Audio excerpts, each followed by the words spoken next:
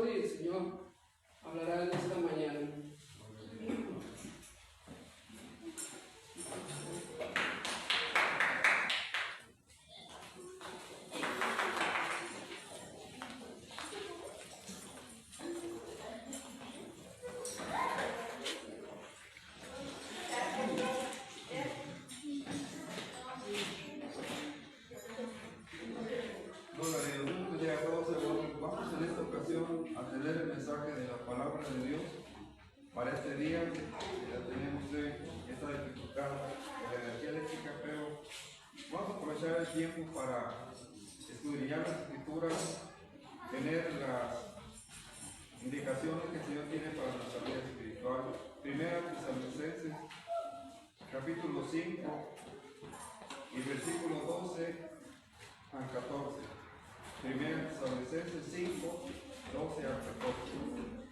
Si ya lo tiene, vamos a darle lectura en esta hora en el nombre del Padre, del Hijo y del Espíritu Santo. Dice así: os rogamos, hermanos, que reconozcáis a los que trabajan entre vosotros y os presiden el Señor y os amonestan, y que los tengáis en mucha estima y amor por causa de su obra. Tened paz entre vosotros. También os rogamos, hermanos, que amonestéis a los ociosos, que alentéis a los de poco ánimo, que sostengáis a los débiles, que seáis pacientes para con todos. Padre Celestial, Señor, te damos muchas gracias por tu palabra, Señor, que nos da indicaciones de cómo nosotros debemos de vivir en esta vida, Señor, que tú nos has concedido una vida cristiana, una vida, Señor Dios mío, que te agrade, que haga tu voluntad. Hoy venimos a tu presencia para rogarte que tú nos des sabiduría en lo alto, que podamos cada día ajustarnos a tu palabra y así, Señor Dios mío, poder servirte y honrarte todo el tiempo. En nombre de Jesús pedimos que tu Espíritu Santo nos diga toda verdad y que podamos aprovechar este tiempo para estudiar tus escrituras y conocer tu voluntad. Te damos gracias en el nombre precioso y santo de Jesús de Nazaret. Amén. Gloria a Dios. Todos sus lugares, mis amados hermanos, la labor que tenía el apóstol Pablo al escribir las epístolas que escribió a Romanos, a los Corintios, a los Gálatas, a los Efesios, a los Tesalonicenses, nos dan una estructura en donde se tenía que llevar a cabo ciertas condiciones para la armonía en la iglesia. Y en esta carta de Primera Tesalonicenses resalta la venida de nuestro Señor Jesucristo, pero al margen de ese tema, la Biblia nos habla acerca de estos puntos en los que se determina la armonía de la iglesia para que podamos todos convivir y podamos todos ser edificados. Dice: os rogamos, hermanos, que reconozcáis a los que trabajan entre vosotros y os presiden en el Señor. Seguramente desde el tiempo de los apóstoles había personas que tenían un lugar de jerarquía. Quiero decir que eran los que presidían. Y desde un principio el Señor escogió a Pedro para que fuera el que presidiera a los apóstoles. Se quedó descartado o quedó sin efecto el lugar que tenía Judas Iscariote y se escogió a alguien que quedara en su lugar, era Matías. Y luego dice Pablo que cuando él conoció a Pedro, Jacobo y Juan, los consideró como columnas de la iglesia, como personas importantes. Es decir, que Pablo reconoció que Pedro, Jacobo y Juan tenían un liderazgo. Y esto es lo que la estructura que conformó la iglesia en los primeros tiempos. Es decir, los apóstoles eran los que tenían la mayor jerarquía o el lugar de importancia o de primer lugar en el organigrama. Sabes que cuando yo estuve trabajando en telecomunicaciones, teníamos un organigrama en donde estaba el secretario de Comunicaciones y Transportes. Él era el jefe máximo de todos. Luego seguía el director general de telecomunicaciones, era el encargado de toda la república y de esa dirección o división, subdivisión. Después estaban los gerentes estatales, un gerente en cada estado, 32 gerentes. Y luego de ahí seguían los coordinadores. Los coordinadores eran los que ayudaban al gerente en cada estado. Después de los coordinadores seguían los administradores, es donde yo trabajaba. Yo era jefe de oficina. Y luego de ahí para los siguientes puestos eran todos los empleados. En ese tiempo que yo trabajaba éramos 2.500 los trabajadores. Entonces desde el secretario de Comunicaciones, el director general y los gerentes estatales, los administradores y todos los demás trabajadores, echábamos a andar todo un servicio para toda la nación. Y sabes, hermano, nosotros sabíamos bien quién ocupaba la jerarquía inmediata superior. Y no podíamos de ninguna manera cuestionar o desobedecer las jerarquías que estaban ya expuestas en el organigrama. Y eso en el terreno secular se llevaba a efecto de manera que si alguna persona contravenía las indicaciones o las cláusulas del contrato, se levantaba un acta, se levantaba otra acta y a la tercera, vámonos para afuera. Entonces yo supe sujetarme a autoridades que estaban arriba de mí y también ejercer mi autoridad para ejercerla en favor de los que estaban más abajo de mí. ¿Sabes, hermano? Dice, os rogamos, hermanos, que reconozcáis a los que trabajan entre vosotros. Pablo habla acerca de los que trabajaban en la obra y también no solamente cita hombres, sino que también cita mujeres. Hombres y mujeres servían en las obras, en los ministerios, y decía que debían de darles un reconocimiento, o sea, sujetarse a ellos para que ellos pudieran hacer su labor eficazmente. Y la Biblia nos habla en primer lugar acerca de la labor de los apóstoles, luego de los diáconos, de los pastores, o que también se le llamaba obispos. Y entonces todos esos grupos de personas tenían un nivel o una jerarquía. Hay algo muy importante que tienes que analizar. Cuando tú como persona no te sujetas a la autoridad que tienes, la autoridad inmediata, estás en un problema. Porque tienes que sujetarte a una autoridad. Y en el hogar, en la familia, hay autoridades. ¿Quién manda en una casa? ¿Quién manda en un lugar? No mandan los hijos, no mandan los nietos, mandan los papás. Los papás son los que tienen el gobierno y la decisión. No puede ser que el papá o la mamá le diga al hijo, ¿qué quieres que hagamos? ¿A dónde quieres que vayamos? Eso es de dejarle la autoridad al hijo o a la hija. El padre de familia, la madre de familia es quien debe decidir todo con respecto al hogar. Y esa es una de las esferas en donde se desarrolla el ser humano. Por ejemplo, cuando yo era niño, mi papá me decía, vas a ir a trabajar al campo, a sembrar, a limpiar la milpa, a cosechar. Yo lo hacía, porque él era mi autoridad. Y sabes, hermano, yo conocí muchos muchachos de mi edad que desobedecían a sus padres, que no hacían lo que ellos les decían, y si los mandaban los papás a la escuela, se iban de pinta, es decir, no entraban a la clase, se iban a dar la vuelta y luego ya regresaban a la casa sin haber asistido a clase. Y sabes, hermano, ahí también está otra esfera de autoridad. En la escuela no mandan los alumnos, mandan los maestros y el director. Ellos son la autoridad en la escuela. Y lo que tienen que hacer los alumnos es sujetarse a la autoridad de ellos. Así vamos pasando de esfera en esfera.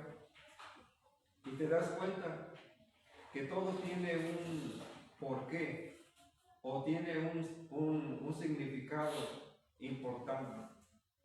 Cuando nos convertimos en un matrimonio, entonces la mujer está sujeta al marido. El marido es el que toma las decisiones junto con la esposa y llevan en armonía el hogar.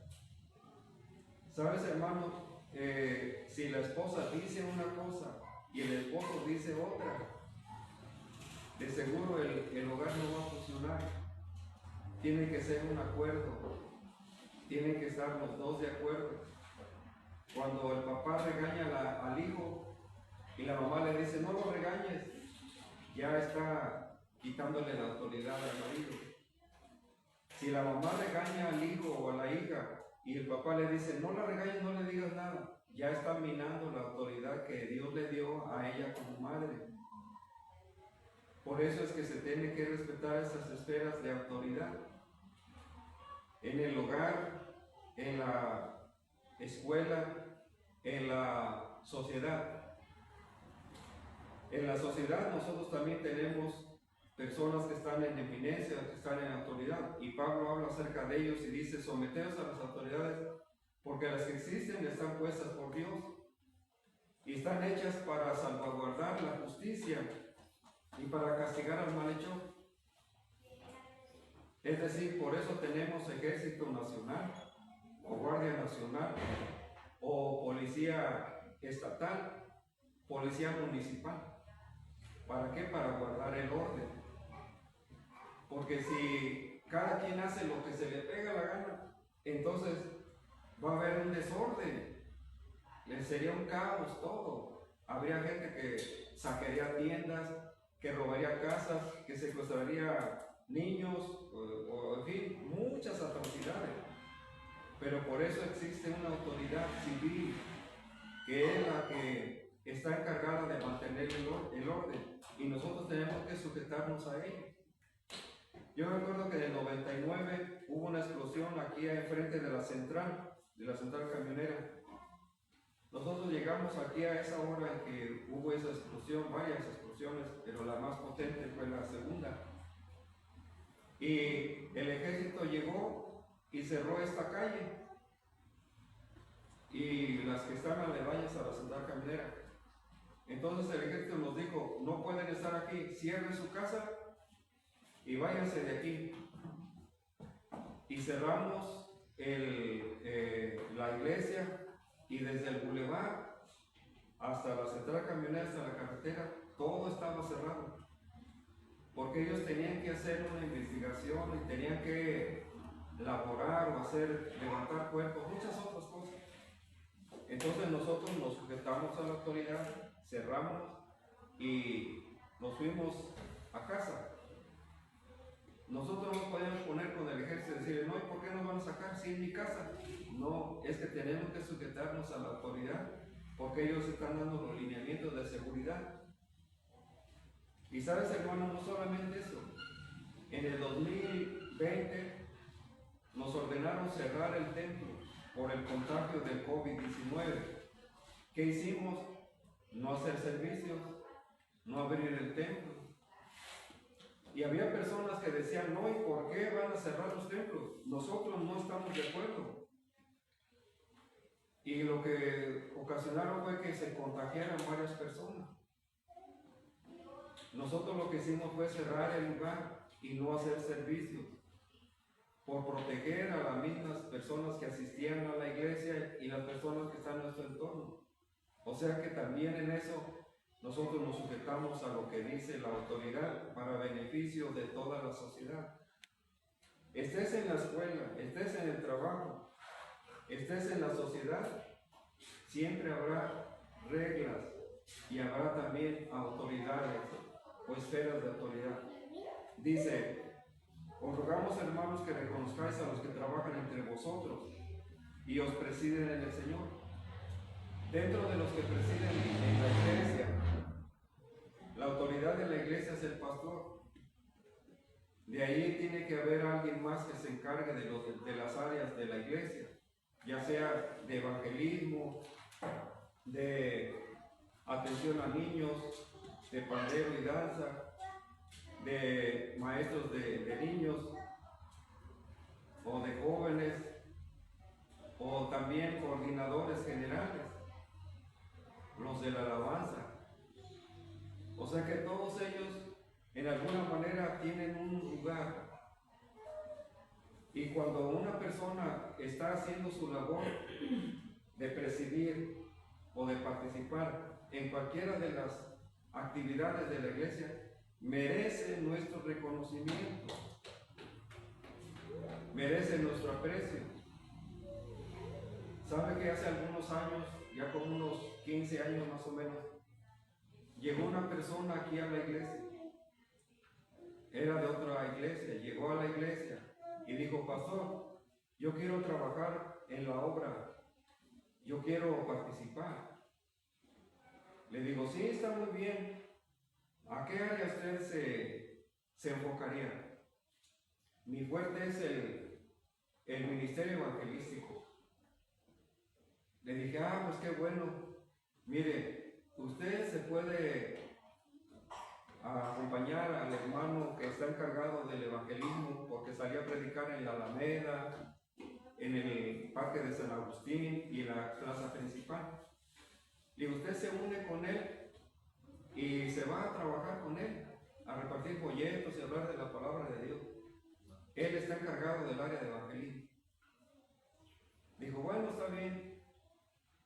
Y empezó a ir con él.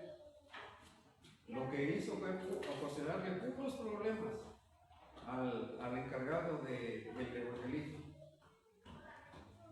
Y luego entonces vino y me dijo: ¿sabe qué, pastor? Yo no estoy de acuerdo con el que predica o que va a evangelizar.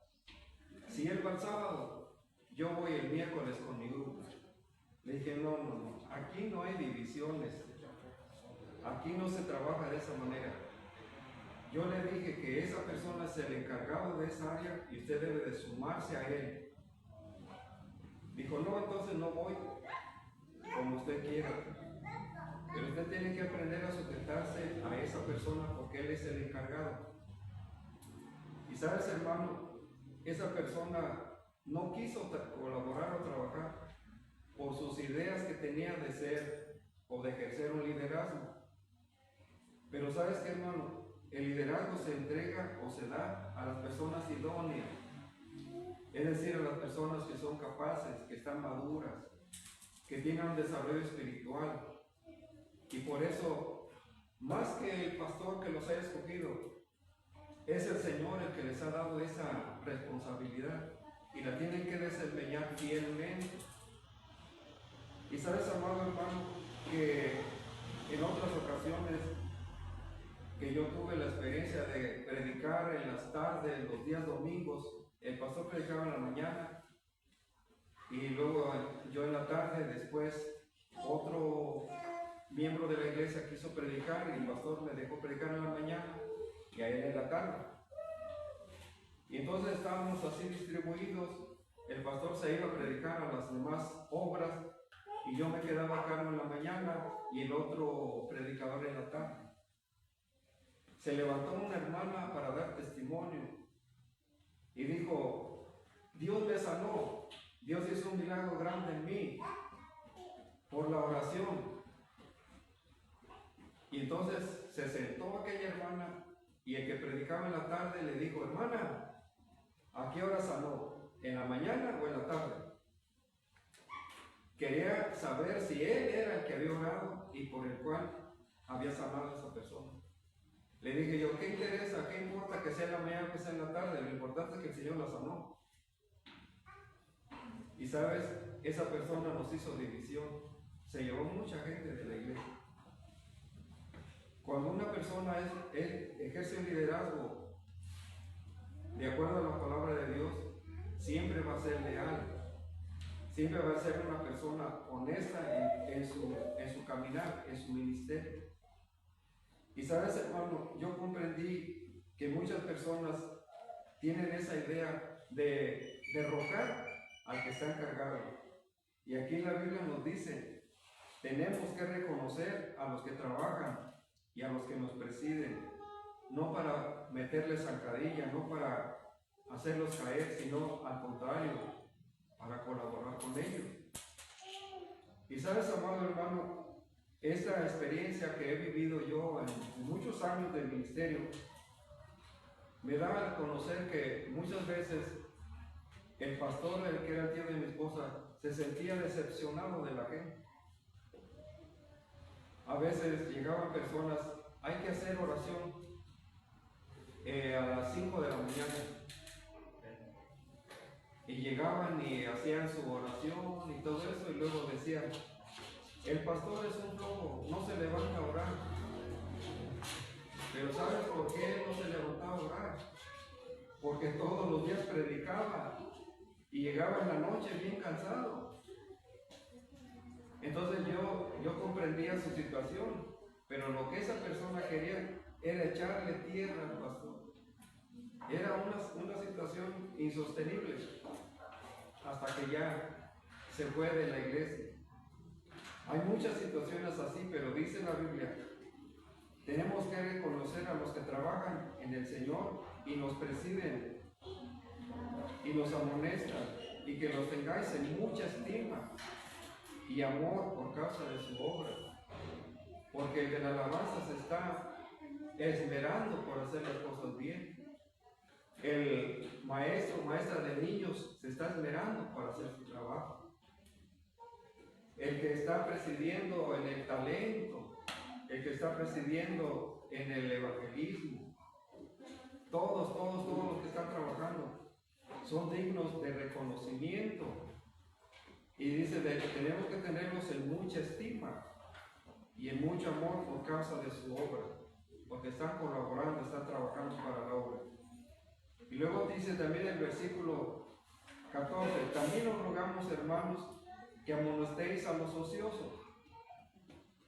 Aquí nosotros podemos ver que en Proverbios 6 y verso 6, Salomón pone un ejemplo de una hormiga. Y dice, mira a la hormiga perezoso, que trabaja para tener algo en el tiempo de invierno. Y trabajan coordinadamente. Así las hormigas están llevando lo que se necesita al hormiguero para cuando se llega el tiempo de escasez, ellas tienen provisión. ¿Sabes qué? El ocio, o sea, no hacer nada, no produce nada. Cuando nosotros entendemos eso, es que si queremos progresar, si queremos prosperar, si queremos avanzar, pues tenemos que trabajar. Pero si no hacemos nada, si somos ociosos, ¿cómo vamos a tener algo? Necesitamos trabajar. Dice, es necesario amonestar a los ociosos. Y los ociosos son los que no hacen nada. Pablo regañaba a los creyentes, a los congregantes. Dice, tienen que trabajar y no andar de ociosos metiéndose en lo que no les interesa. Y la verdad es que había algunas personas que así lo hacían en su tiempo. Por eso, ¿sabes, hermano? Cuando nosotros nos dedicamos a trabajar, generamos ingresos. Cuando nosotros trabajamos, generamos recursos. No trabajamos, no generamos nada. ¿Sabes, hermano? A veces está la idea equívoca, errónea, de que el pastor no debe de trabajar. Nada más debe dedicarse a la obra de tiempo completo. Ahora, ¿sabes qué? El apóstol Pablo es un gran ejemplo de lo que se debe hacer y de lo que se puede hacer. Pablo hacía tiendas y las vendía y predicaba la palabra de Dios. Era misionero juntamente con Bernabé, luego después con Silas. Entonces, Pablo era un hombre dinámico que trabajaba en lo material y trabajaba en lo espiritual. Y cuando Pablo habla de sí mismo, dice, yo soy el que más ha trabajado de todos los apóstoles. Entonces sí se puede ser bien trabajador y bien espiritual. La cuestión es que a veces se confunde el que una persona se dedique a predicar, ya no trabaja, ya no genera. Entonces, ¿cómo va a sobrevivir? Se necesita que también los que ministran, que son predicadores o que son pastores, también trabajen. ¿Para qué? Para que generen recursos. Genera recursos para sí mismo, genera recursos para su familia, genera recursos para la iglesia o para la obra. Y sabes, hermano, la palabra del Señor dice Os rogamos, hermanos, que amonestéis a los ociosos. Es necesario trabajar. Y sabes, hermano, cuando yo estaba trabajando, yo trabajé 32 años en Telecom. Y me jubilé cuando tenía 49 años. Es decir, que antes de cumplir los 50, yo ya recibía una pensión. ¿Pero por qué me dieron esa pensión? Pues porque trabajé, si no, no me hubieran dado nada. Pero sabes, hermano, yo alternaba el trabajo material de mi empleo y la obra de Dios. Entonces, yo trabajaba en mi oficina, salía a las 4, 3:30, a las 4 ya estaba listo para irme a trabajar, para construir. Aquí en Celaya o allá en San Juan de la Vega. Entonces yo utilizaba las horas del día para trabajar en mi horario y luego después, saliendo de ahí, me iba a trabajar en la construcción. ¿Sabes, hermano? Yo lo hice durante muchos años. Entonces, ¿qué fue lo que se logró? Pues que este lugar estuviera como está. Y que San Juan de la Vega, el templo como está porque trabajé en ese espacio. Y sabes, hermano, yo me venía de San Juan de la Vega a las 12 o a la 1 de la madrugada para mi domicilio, dormirme, al día siguiente estar ya parado a las 8 y entrar a mi trabajo a las 9. Sabes, hermano, todo ese tiempo yo estuve trabajando, generando ingresos para mí, para mi familia, para la obra de Dios. Entonces, yo nunca estuve ocioso. Es más, ¿sabes qué? Cuando yo todavía no trabajaba en Telecom, yo estaba en Guadalajara y trabajaba en una tienda de abarrotes. Ahí en ese lugar yo trabajaba y me pagaban cierta cantidad. No tenía seguro social, no tenía nada de eso porque era un menor de edad, pero de todos modos yo ya trabajaba. ¿Sabes, hermano, cuál es la causa de la pobreza en México? La causa de la pobreza en nuestro país es el ocio. Es decir, cuando las personas no trabajan, no generan, entonces viven en pobreza. Pero cuando una persona trabaja y busca en un lado y busca en otro, va a generar riqueza o va a generar recursos y va a poder tener una vida más cómoda. Pero sabes que a veces las personas no trabajan. Y a veces los hombres no trabajan y dicen, no, pues que trabaje mi esposa. O que trabajen mis hijos. No, el responsable de eso eres tú como esposo o como padre de familia.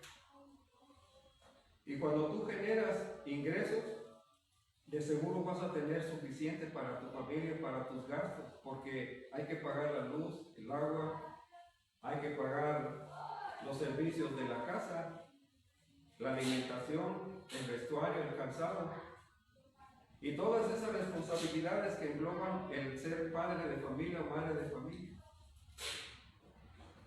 Sabes, hermanos, que yo conocí a un hombre que trabajaba solamente marzo, abril y mayo, como 3 meses, porque vendía paletas y nieve, y decía que los demás días no vendía, no trabajaba porque no había venta de ese producto. Pero yo pensaba, bueno, si él considera que esos 3 meses son los que se venden más y tiene ingresos, ¿por qué no se ocupa en otra cosa en los demás meses? O puede ser de chofer, puede ser de auxiliar de algún almacén o alguna otra cosa que genere dinero. ¿Por qué no lo hacía? ¿Sabes qué? Él nada más trabajaba 3 meses al año y todos los demás meses del año su esposa y sus hijos eran los que tenían que trabajar para cubrir todos los gastos. Eso es indebido. La palabra del Señor dice que el que no provee para los suyos, mayormente para los de la familia, ha negado la fe, es peor que un incrédulo. Y la verdad es que la palabra del Señor nos habla acerca de trabajar, como les citaba Proverbios 6, de la hormiga, de los conejos, que dice Salomón también, que no son un pueblo muy esforzado, pero hacen su casa en las rocas. O sea, la misma naturaleza nos enseña que el ser trabajadores, el ser dinámicos, trae bendición o resultado. Por esa razón es que tenemos que trabajar, tenemos que lograr generar recursos. Y luego dice, también nos rogamos, hermanos, que amonestéis a los ociosos, que alentéis a los de poco ánimo. Y aquí nosotros vemos también que hay una diferente forma de carácter o temperamento. Algunas personas por sí mismas son independientes, son fuertes, son autónomas, pero otras son un poco débiles, a veces son un poco frágiles o vulnerables. Es decir, que entre nosotros también hay personas que tienen poco ánimo. Las personas de poco ánimo se muestran también en ciertas maneras como indecisas. Por ejemplo, la palabra del Señor nos dice que el de doble ánimo es inconstante en todos sus caminos. Y cuando nosotros analizamos esto, es verdad. Cuando una persona dice, voy a estudiar enfermería, y luego comienza un mes y abandona el plan. Luego dice, mejor voy a estudiar una licenciatura en administración de empresas. Y comienza un mes y deja ese plan. Y así se va. De plan en plan y no logra nunca nada. Es decir, que no tiene consistencia, firmeza. Porque si digo, voy a estudiar enfermería, pues echa todos los años. Voy a estudiar medicina, pues echa todos los años que se requieren. Y a veces las personas de poco ánimo, o de ánimo vulnerable o débil, necesitan que alguien los aliente. Es decir, necesitan que alguien les diga, no, tú, échale ganas y sigue con la carrera. Si necesitas algo y yo te puedo ayudar, mira, échale ganas, te compro libros o te ayudo en las cosas que vas a hacer, pero tú no dejes de hacer lo que piensas hacer, no dejes el plan. Dice, debemos de alentar a los de poco ánimo. Y en realidad, hermano, todos somos diferentes, somos distintos, pero cuando nosotros consideramos a las personas que son de poco ánimo, lo que tenemos que hacer es animarlos. Lo que tenemos que hacer es alentarlos. Y luego dice que sostengáis a los débiles. Ahora, ¿sabes qué, hermano? En eso también, en la obra de Dios, hay cierto crecimiento espiritual que todos tenemos en diferentes etapas de desarrollo. Por ejemplo, tú te acabas de entregar tu corazón a Cristo y acabas de convertir al Señor. Has nacido de nuevo, eres como un bebé espiritual. Y la Biblia nos dice, como niños recién nacidos, la leche espiritual no adulterada, para que por ella crezcáis para salvación, si es que habéis gustado la benignidad del Señor.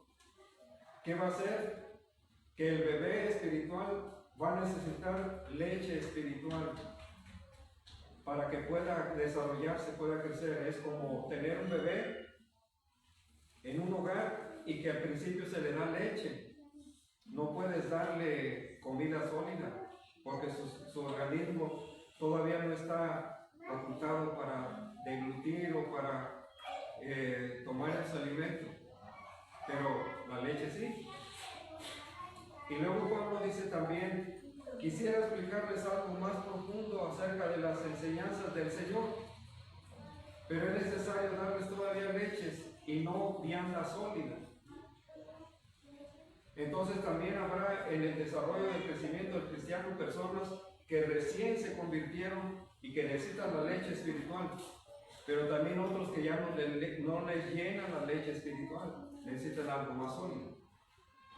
Y entonces cuando se apetece o se busca algo más sólido, es decir, yo voy a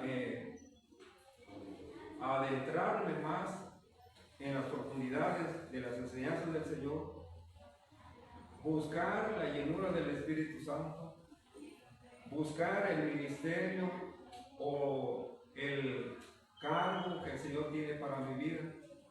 Y entonces tú vas creciendo, te vas desarrollando y dejas de ser débil y buscas otras cosas más importantes o más complejas. Yo estudié teología, hermenéutica, homilética, estudié hebreo y estudié griego, algunas partes del Nuevo Testamento que arrojan luz sobre enseñanzas o doctrinas más profundas. Entonces, eso es lo que yo aprendí, pero me dediqué a hacerlo.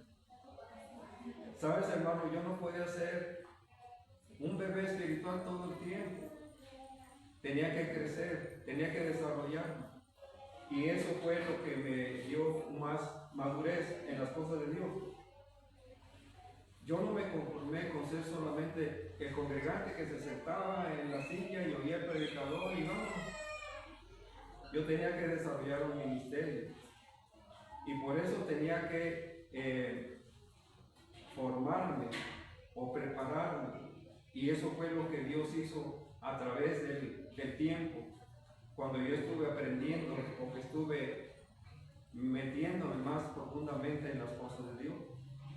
Por eso es que eso es algo importante. Para ser fuerte necesitamos dejar de ser niños espirituales, dejar de ser bebés espirituales y crecer. Cuando nosotros crecemos, entonces podremos orar por los enfermos y sanarán. Podemos echar fuera demonios en el nombre de Jesucristo. Podemos hacer milagros en su nombre. Pero sabes, hermanos, si nosotros queremos seguir siendo los bebés espirituales, aunque siempre se tienen que dar lechita, nunca vamos a crecer. Pero necesitamos dejar la leche y empezar a consumir la vianda sólida para que por ella seamos más fuertes. Tenemos siempre la intención de que todos crezcan, que todos se desarrollen, que todos sean maduros, que todos sean fuertes. Pero yo entiendo esto. Eso es un proceso. Y en el proceso nos debemos de preguntar, bueno, ¿en dónde estoy? Hasta ahorita, ¿en dónde estoy? Y ya dejé lo que era antes de ser bebé espiritual. Ya voy hacia la madurez. Ya voy avanzando o reconocer, estoy estancado. Porque todas esas preguntas nos van a hacer, o nos van a impulsar a seguir creciendo, a seguir desarrollándonos. En el ministerio yo tenía solamente la responsabilidad de estar aquí en la iglesia en Celaya. Luego después fuimos a San Juan de la Vega en una comunidad y ahí comencé a predicar la palabra de Dios primero en una casa que me prestaron. Luego después en otra casa que me prestaron, después ya hicimos el templo y ya estamos en el templo. Después se hizo una misión en Helguera, entonces ahí nos prestan un lugar que es un salón de fiestas y ahí estamos predicando la palabra de Dios. O sea, ya son 3 cargos o responsabilidades que tenemos. Si yo no hubiera crecido o no hubiera tenido la visión de tener más misiones, yo me hubiera quedado solamente con estar aquí en la iglesia y atender a las personas que están aquí y ya. Pero no es así. Es más, a veces algunas personas han pedido que yo me haga cargo otra vez de Acámbaro, Morelia, Uriangato, que era donde predicaba el pastor, el tío de mi esposa, hace muchos años. Pero a veces pienso, ¿cómo le voy a hacer para estar en las 6 obras al mismo tiempo? Pero si Dios me permitiera o me indicara que tengo que hacerlo, pues lo haría, ¿no? Pero lo que yo veo es que no hay estancamiento, o que no hay que ya estoy conforme con esto y ya se acabó, sino que tenemos que abrir otros lugares, tenemos que hacer otras cosas, abrir nuevas misiones, porque tenemos que ser fuertes, tenemos que fortalecer el ministerio. Dice que amonestéis a los ociosos, que alentéis a los de poco ánimo, que sostengáis a los débiles. Y yo quiero hacer una diferencia en esto, porque sabes que a veces las personas pecan contra Dios. Las personas deliberadamente desobedecen a Dios. Y la excusa es esta: es que yo soy débil. Es que la carne es débil. Es que no pude. Pablo dice: todo lo puedo en Cristo que me fortalece. El que ha nacido de nuevo no está sujeto a los deseos de la carne, porque dice Pablo: el pecado no se enseñoreará de vosotros, porque no estáis bajo la ley, sino bajo la gracia. Entonces, si alguien busca que yo sea cómplice de sus debilidades, o sea, de pecar, y que yo diga, no, pues está bien, tú échale ganas, tú síguele, no lo va a encontrar en mí. Pero ¿sabes qué? En el aspecto de la debilidad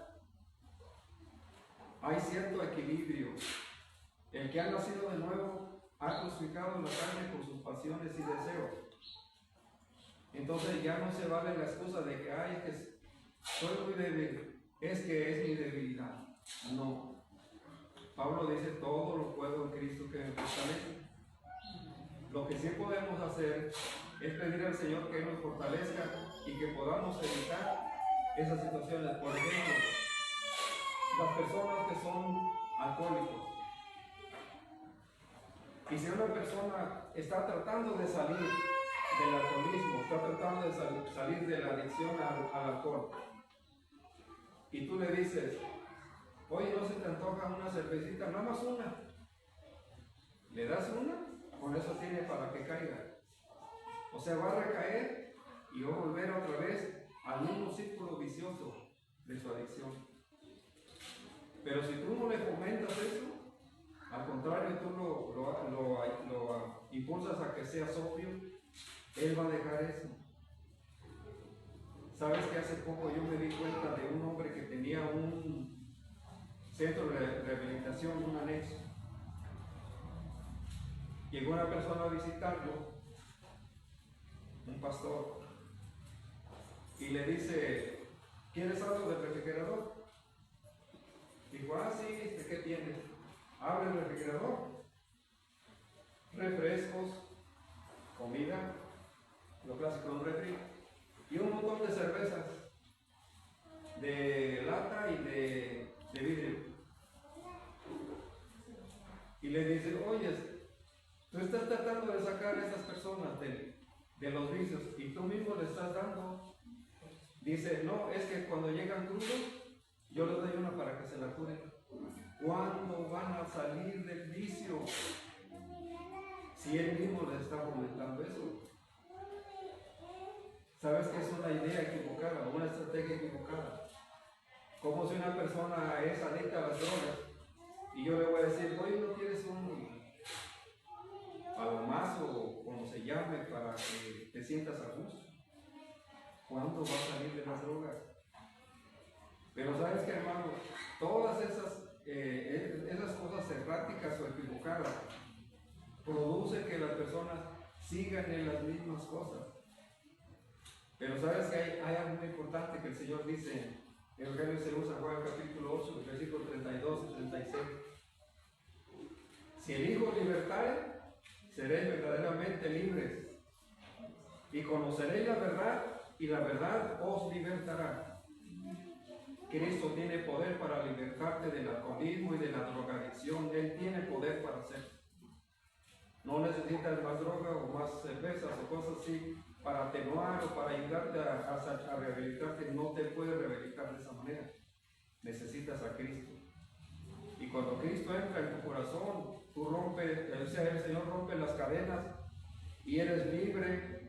El Señor quita la cautividad, porque dice la escritura en Isaías 61, el Espíritu del Señor está sobre mí por cuanto me ha ungido para dar buenas nuevas a los abatidos, para libertar a los cautivos, para dar a los presos aperturas de la cárcel. Y ese personaje es Jesús. Él puede romper las ataduras para que ya no tengas la excusa de que, ay, es que fui muy débil y por eso caí. No, Cristo tiene poder para librarte de esa adicción, porque es un vicio. A veces las personas dicen, yo no más tomo, pero una vez al año. Es esclavitud. Una vez al mes es esclavitud. Es una vez a la semana. Es adicción, es esclavitud. Pero cuando el Señor toca tu vida, te restaura, te liberta, entonces tú ya no tomas nunca. Porque eres libre por el poder del Señor Jesucristo. Porque el Señor te ha libertado de esas pesadas cadenas. Y ya no tienes por qué volver otra vez a eso, porque el Señor te ha hecho libre. Dice la palabra del Señor, para que sostengáis a los débiles, que seas paciente para con todos. ¿Sabes, hermano? La Biblia nos habla acerca de los frutos del Espíritu. Mas el fruto del Espíritu es amor, gozo, paz, paciencia, habilidad, fe, mansedumbre, templanza. Cuando tales o cosas no hay ley. ¿Sabes, hermano? La paciencia es algo que practica el agricultor. El agricultor escarda la tierra, o sea, que está abriendo la tierra, luego depositan la semilla, la cubre, después aquella semilla va a crecer con la lluvia, o si es de riego, va a crecer, y esa plantita va a crecer de un tamaño, pero también la mala hierba. Y el agricultor tiene que ir y trabajar quitando la mala hierba. Son como 2 veces las que se hace cuando se siembra maíz o frijol. ¿Sabes? El cultivo necesita atenciones. Va creciendo la planta, florea y da fruto.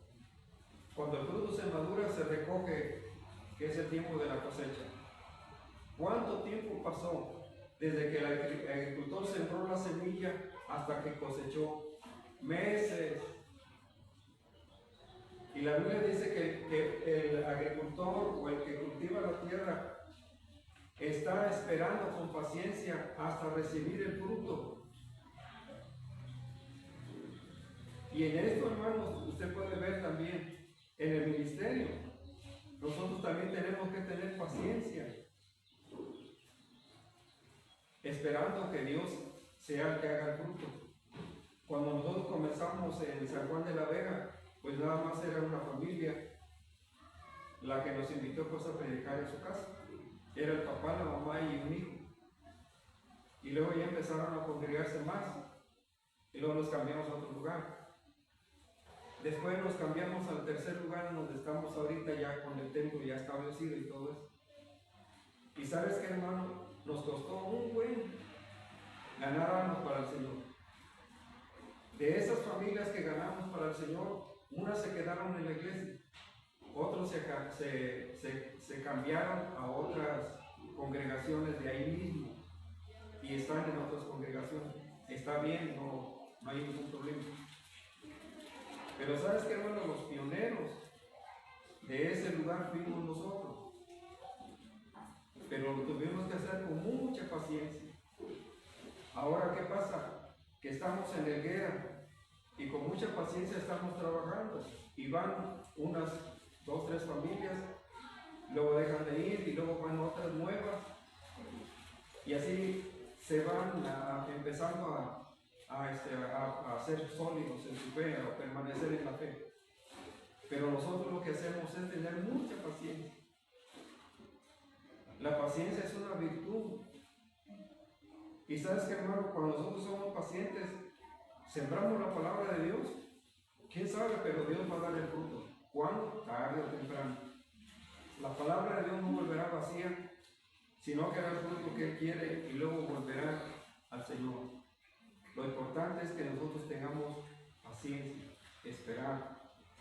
Este lugar, este templo, hubo tiempo en que estaba lleno hasta la calle. Hasta se sentaban allá afuera las personas para oír la predicación. Y sabes que, hermano, muchas ya se fueron con el Señor, unos se murieron, otros se cambiaron de ciudad, etc. Pero nosotros seguimos pacientemente trabajando en la obra, porque sabemos que tenemos que esperar que el Señor toque el corazón de las personas que están a nuestro alrededor y que de alguna manera esas personas serán tocadas por el Señor y se congregarán, se añadirán a la iglesia. La Biblia dice que el Señor añadía a la iglesia a los que habían de ser salvos. Cuando yo tenía poco tiempo, ¿verdad?, del pastorado, me acuerdo que había una mujer, una madre de familia que tenía a sus hijos y su esposo estaba en la cárcel por unas cosas que hizo. ¿Sabes qué, hermano? Yo me hice cargo de esos niños.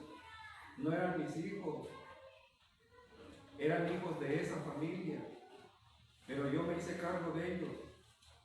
Los metí a la escuela como su tutor, les daba de comer, dónde vivir, dónde dormir, les daba dinero para lo que gastaban, lo que necesitaban. No eran mis hijos. Pero ¿sabes qué, hermano? Yo lo hacía con mucho gusto para ayudarlos en ese tiempo que eran unos niños pequeños. Ahora ya son personas adultas, tienen sus hogares, su familia. ¿Sabes qué? Yo nunca esperé que ellos me dieran algo o que me resarcieran algo de lo que yo había gastado en ellos. De ninguna manera. Y nunca me han dado un solo peso. Pero ¿sabe qué, hermano? Yo no lo hice porque me dieran después, sino que lo hice con el amor que el Señor puso en mi corazón para ayudarlos cuando estaban pequeñitos. Ahora que ya están grandes, pues qué bueno que se pueden valer por sí mismos. Pero ¿sabes qué, hermano? Si tú haces algo, no esperes que te lo paguen, que recuperes eso. Tú dalo, tú entrégalo, tú aporta, tú dona, haz lo que tengas que hacer sin esperar nada a cambio. Porque en realidad quien nos va a pagar todo lo que hemos hecho es el Señor. Él va a olvidar todo lo que nosotros hemos hecho con las personas. No importa que las personas no nos reconozcan o se olviden de nosotros, lo que sea. Pero lo más importante, que la Biblia dice que veremos la señal del Hijo del Hombre viniendo con poder y gran gloria para dar su galardón a cada uno según sus obras. Tú sigue adelante. Tú sigue firme en el Señor, sigue creciendo, sigue en el proceso. Y cuando el Señor aparezca, vendrá y te dará su recompensa. Y esa recompensa, de cierto, no la vas a perder. Ninguna cosa que hagamos para el Señor será en vano. Denle un aplauso fuerte al Señor.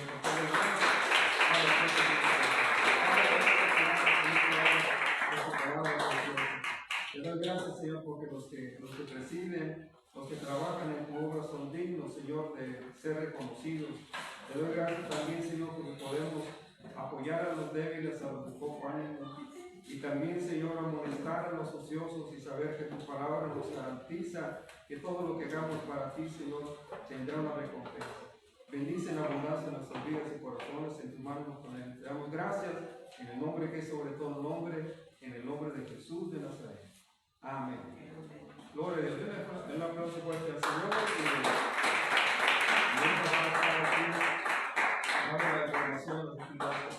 Despedimos la bendición en línea. Gracias por conectarse con nosotros.